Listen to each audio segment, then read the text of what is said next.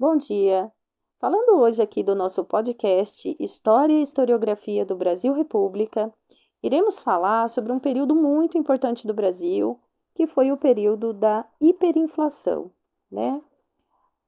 O período da hiperinflação, ele é um período que aconteceu aqui no Brasil entre os anos de 1980, entre os anos de 1980 e o ano de 1990, né? Que foi quando iniciou o período do Fernando Collor de Mello, né? A gente tem uma entrevistada hoje aqui, a dona Dilma, que vai estar com a gente falando um pouco sobre esse período, como foi para ela e para a família dela vivenciar essa situação. Nesse período, um período bem caótico, né, que aconteceu aí, como eu já falei, entre os anos 80 e 90, em que os preços dos produtos e serviços brasileiros eram absurdamente caros, né? Nesse período, além de você gastar muito rápido o salário que você ganhava, né? Alguns hábitos que a gente carrega, no caso, até os dias de hoje, né? Que foram criados nesse período, que era o de fazer a compra mensal, de encher os armários e tal. Foi nesse período que a gente acabou adquirindo esse costume até hoje, né?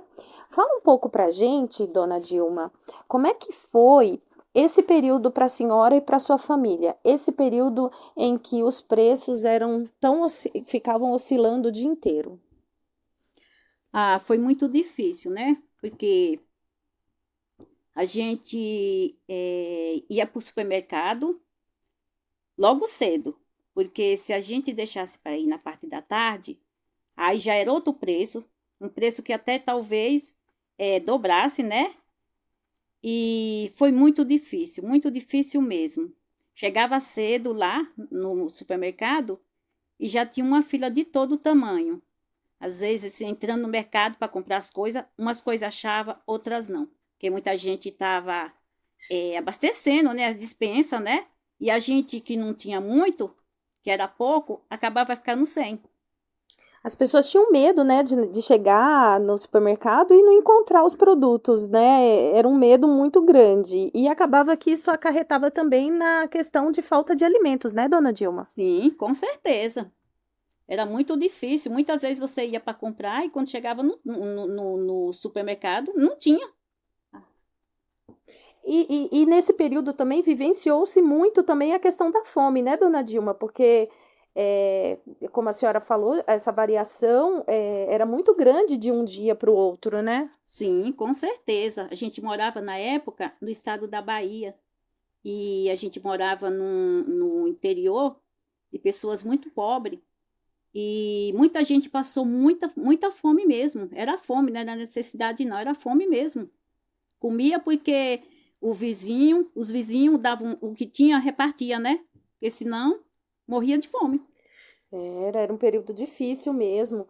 A gente percebe também, como a gente já estava aqui conversando antes, que existia também a má fé dos donos de comércio, né? Os preços em alguns alimentos eram congelados pelo governo para que não houvesse esse aumento de preço durante o dia, como por exemplo o leite, mas muitas vezes os estabelecimentos escondiam esse leite que ele tinha lá para ver se o governo voltava atrás e descongelava e eles podiam aumentar isso. A senhora estava me falando que tinha um filho pequeno na época e ele também tomava leite e às vezes. Sim, com certeza. Na época eu tinha um que tomava leite, que era pequeno ainda. E ele tinha o quê? Uns 5 anos, tomava leite. E ele ficou muitos dias sem tomar leite, porque muitas vezes a gente ia comprar e não encontrava. E a gente vivenciou essa situação e a mudança, né, de um período para outro, em que teve a questão da mudança, né, de planos, que era o plano cruzado um e 2, depois teve plano Bresser, depois teve plano Verão, que foram praticamente quase no mesmo ano, vivenciando essas trocas. Depois, no início do ano de 1990, entrou o presidente Fernando Collor de Mello. E aí houve aquele problema todo com a questão, né, de que logo que ele entrou o plano dele, que estava dando muito, que foi um período que acabou o pessoal acreditando que ia dar certo, que o plano que ele trazia seria o suficiente, mas acabou que foi um grande tiro na água, né?